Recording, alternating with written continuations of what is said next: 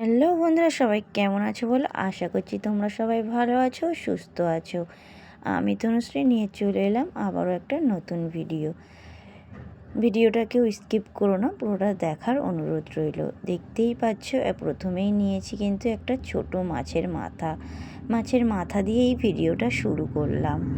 তো আবার এটা কিন্তু পুরো মাছের, মানে পুরো মাথাটা না, আর্ধেক মাথা এটা নিয়েছি। আর এই যে দেখো, এখানে অল্প একটু মুগের ডাল নিয়েছি। এখানে অল্প একটুখানি মুগের ডাল, যেহেতু এখন আমাদের টোনাটুনির সংসার, আমরা দুজনের আছি এখন, আর সাথে রয়েছে ছানাটা। তো ছানা তো আর ডাল খায় না, তো দুজনের জন্য অল্প করে করলাম। আর মুগের ডাল কিন্তু বেশি হয়ে গেলে একদম মোটা হয়ে যায়, অল্প ডালেই অনেকটা করা যায় মুগের ডাল। তো যাই হোক, এখানে দেখো আমি একদম অল্প করে নিয়েছি, 50 গ্রামের হয়তো একটু বেশি হবে।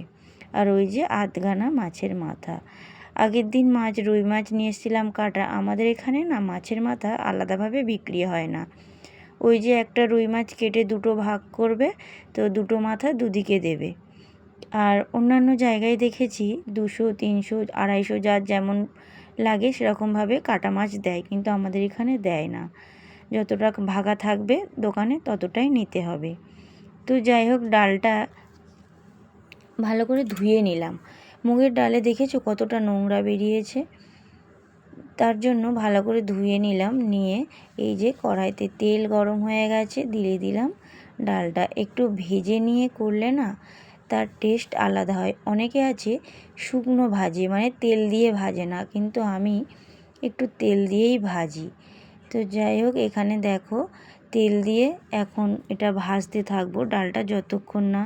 আর এই মুগের ডাল যখন ভাজাটা হয়ে আসে তখন কিন্তু আলাদা একটা সেন্ট ওঠে মুগের ডালে।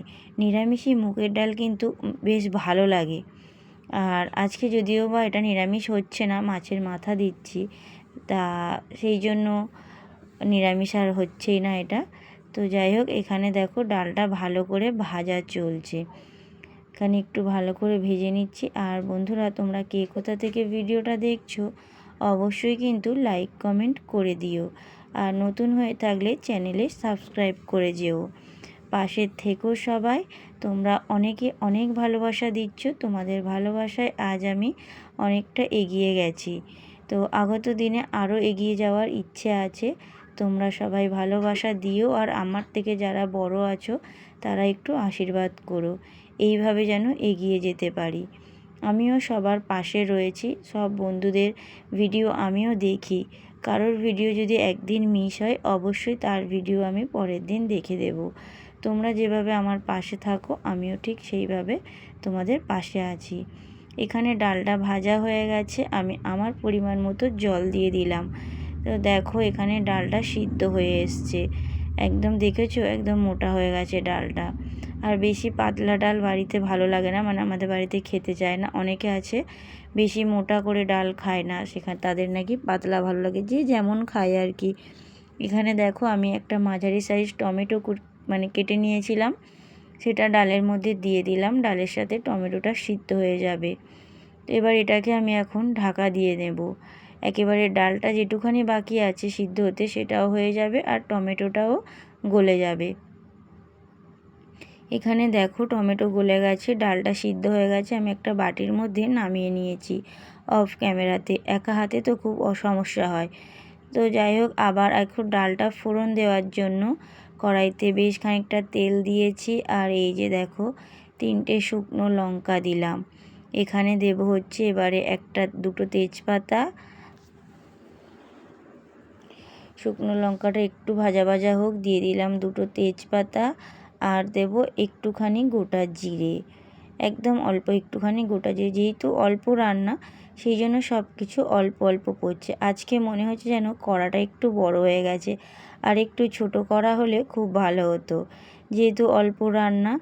আর এই যে দেখো, আগে থেকে বেটে রেখেছিলাম আদা আর গোটা জিরে, শুধু আদা জিরে বাটা দিলাম।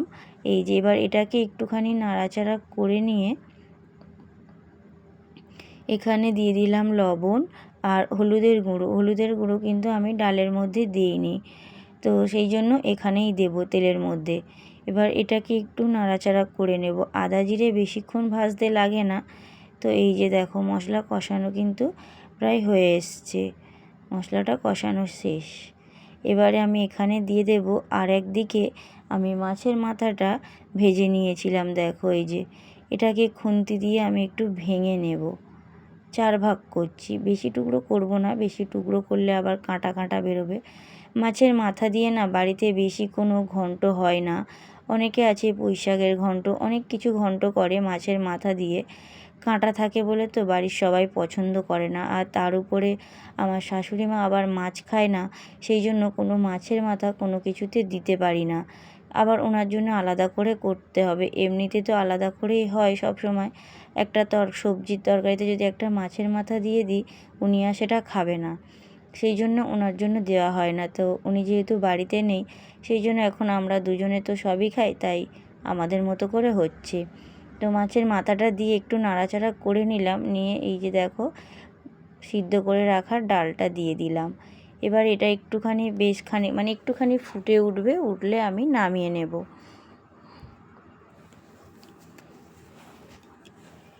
লবণটা আমি কম দিয়েছিলাম, তো আমার মনে হলো আরও একটু লবণ লাগবে, তো এখানেই দিয়ে দিলাম লবণটা।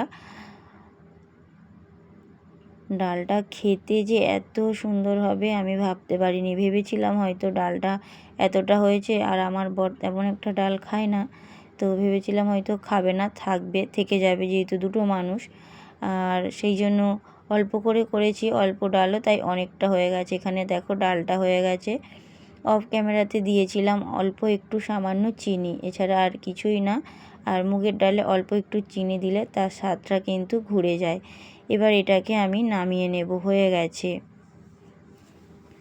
দেখো একদম ডালের কালার কিন্তু চেঞ্জ হয়ে গেছে।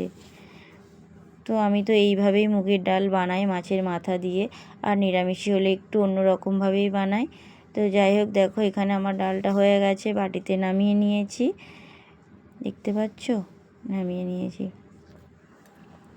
চলো বন্ধুরা, দুপুরের কী মেনু ছিল সেটাই তোমাদের সাথে শেয়ার করি। এই যে দেখো টোনাটুনির সংসারে ছোট্ট হাঁড়ির ভাত, দেখেছো, ছোট হাঁড়ির 1 হাঁড়ি ভাত, তা আবার এই ভাতটা আমাদের দুজনার আর কি দুবেলা হয়ে যাবে। এই যে দেখো, এই একবার ভাত করেছি, রাতেও এই ভাতটা আমাদের দুজনার হয়ে যাবে। আর এখানে এই তো ডালটা দেখেছিলে, দেখো ডালটা হাফ খেয়ে নিয়েছে বসে বসে, আমি ডালটা নামিয়েছি আর আমার বর এসেছিলো দোকান থেকে, সেই সময় ও বাটিতে তুলে ডালটা অনেকটাই খেয়ে নিয়েছে। সাথে আছে এই যে 3 পিস মাছ, 3 পিস মাছের ঝাল, একটু সর্ষে বাটা দিয়ে করেছি। আর এখানে ডালের সাথে আছে বেগুনি, আর বেগুনি ভাজতে গিয়ে একটুখানি বেসন বেশি হয়েছিল, তাতে দুটো ছোট ছোট পেঁয়াজ কেটে, ছেলে বলল পেঁয়াজি খাবে, তো ছেলের জন্য এই যে দেখো একটা বড় করে পেঁয়াজি ভেজে দিয়েছি। তো এই ছিল আজকে দুপুরের মেনু। এই যে আজকে দুপুরের খাবারটা কিন্তু একদম জমে ক্ষীর।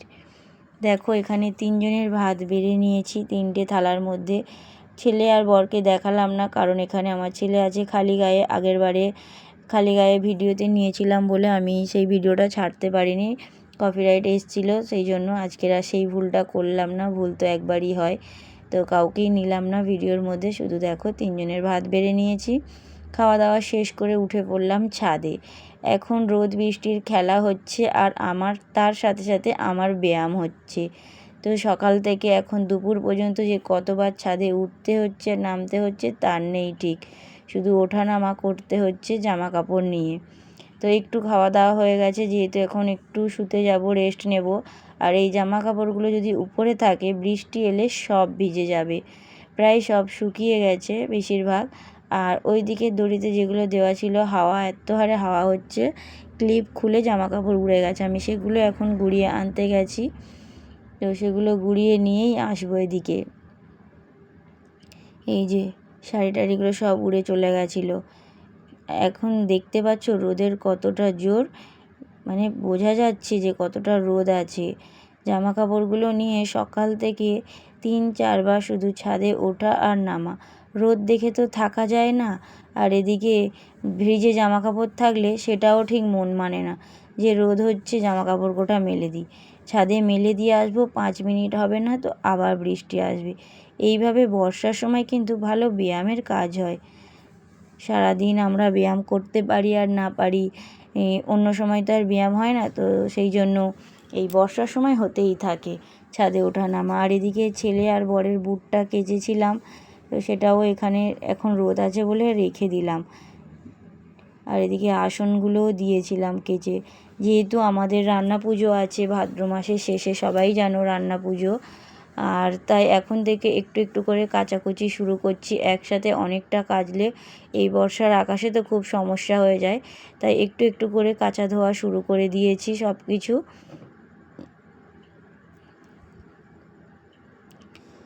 ঘরে চলে এলাম, ঘরে এসে যেন একটু শান্তি। এবার এই জামা কাপড় কটা একটু ভাঁজ করে নিই, পরে থাকলে না ওইভাবেই পরে থাকবে, আর ভাঁজ করা হবে না। সেই জন্য এই যে জামা প্যান্টগুলো ভাঁজ করে নিলাম।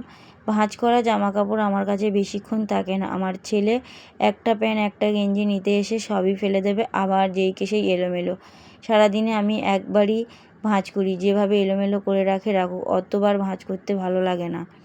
সারাদিন আরও কাজকর্ম থাকে।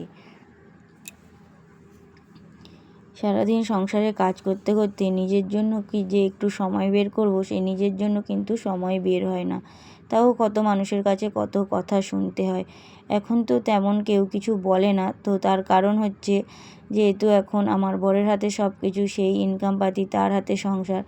একটা পুরুষ মানুষের হাতে টাকা না থাকলে, আর সে যদি সংসার যদি না ঠিক করে চালাতে পারে, তো বাইরের লোকে 5 জনে 5 কথা বলতে থাকে, তখন কিন্তু দোষ হয়ে যায় বাড়ির বউয়ের।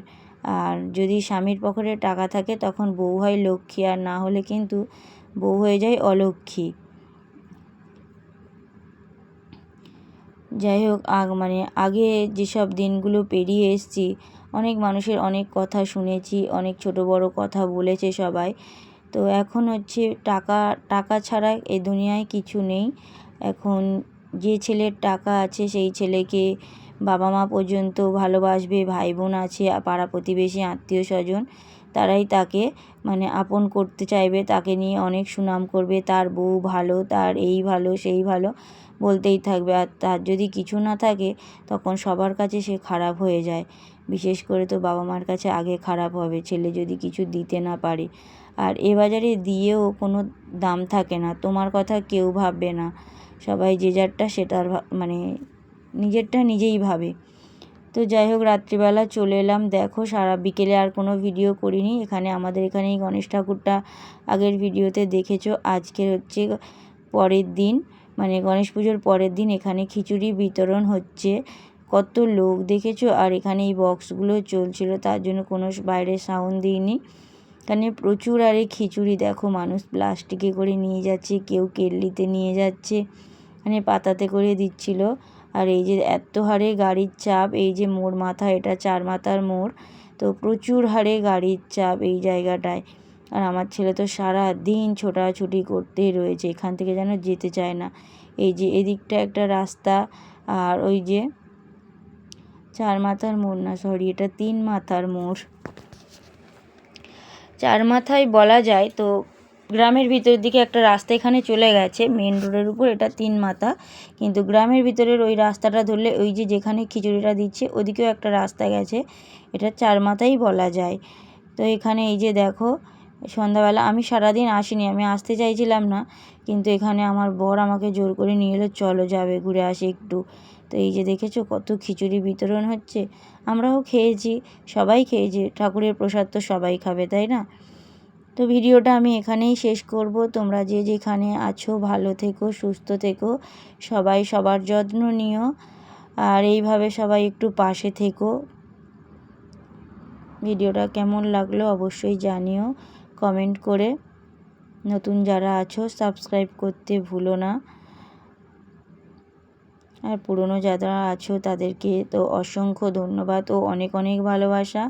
ঠাকুরটা কেমন হয়েছে অবশ্যই জানিও। এই যে আমার বাবা সারা দিন বসে রয়েছে, যতটুকু সময় পাচ্ছে ততটুকু গণেশ ঠাকুরের সামনে এসে বসে পড়ছে।